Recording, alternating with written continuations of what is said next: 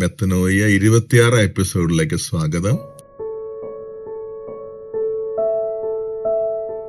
മൂന്നാം കൽപ്പന. പഴയ നിയമ ജനതയെ സംബന്ധിച്ച് സാബത്ത് ആചരണം ദൈവത്തിന്റെ സൃഷ്ടികർമ്മത്തിന്റെയും ഈജിപ്തിൽ നിന്നുള്ള വിമോചനത്തിന്റെയും ഓർമ്മയാചരണമായിരുന്നു. സാബത്ത് ആചരണത്തിന് പകരമായുള്ള പുതിയ നിയമ ജനതയുടെ കർത്തൃദിനാചരണം അതിനേക്കാൾ വളരെയേറെ ഉദാത്തമായതാണ്. മനുഷ്യരുടെ ദൈവമക്കൾ പദവിയെ ധ്വംസിക്കുന്നതും സർവ്വവിധ ബന്ധനത്തിലേക്കും വലിച്ചിഴയ്ക്കുന്നതുമായ പാപദാസ്യത്തിൽ നിന്ന് തന്റെ മരണവും ഉത്ഥാനവും വഴി ഈശോ ലോകം മുഴുവനെയും വീണ്ടെടുത്തു. അതിന്റെ ആഘോഷമാണ് പുതിയ നിയമത്തിലെ കർത്തൃദിന ആചരണം. അതിനാൽ തന്നെ പഴയ നിയമ ജനത സാബത്താചരണത്തിൽ കാണിച്ചിരുന്ന വിശ്വസ്തതയെയും കൃത്യതയെയും തീഷ്ണതയെയും സമർപ്പണത്തെയും ഉല്ലംഘിക്കുന്നതായിരിക്കണം നമ്മുടെ കർത്തൃദിന ആചരണം.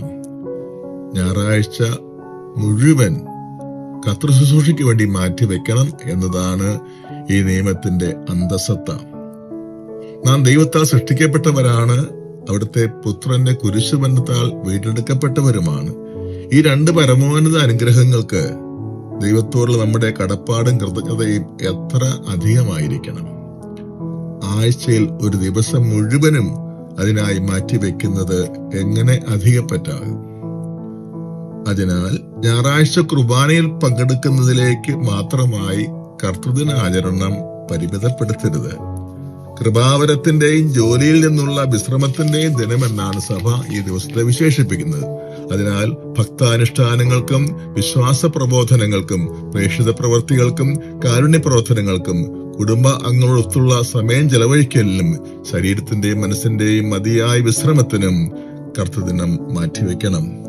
കർത്താവിന്റെ ദിവസം ആചരിക്കുന്നതിൽ നിന്ന് മറ്റുള്ളവരെ തടയുന്ന കാര്യങ്ങൾ ഒരു ക്രൈസ്തവനും ആവശ്യപ്പെടരുതെന്ന് സഭ പ്രത്യേകമായി നിർദ്ദേശിക്കുന്നുണ്ട്. അതോടൊപ്പം കർത്തൃദിനത്തിന്റെ ശരിയായ ആചരണത്തെ തടയുന്ന ജോലിയിൽ നിന്നും മറ്റു പ്രവർത്തനങ്ങളിൽ നിന്നും വിശ്വാസികൾ മാറി നിൽക്കാനും സഭ നിർദ്ദേശിക്കുന്നു.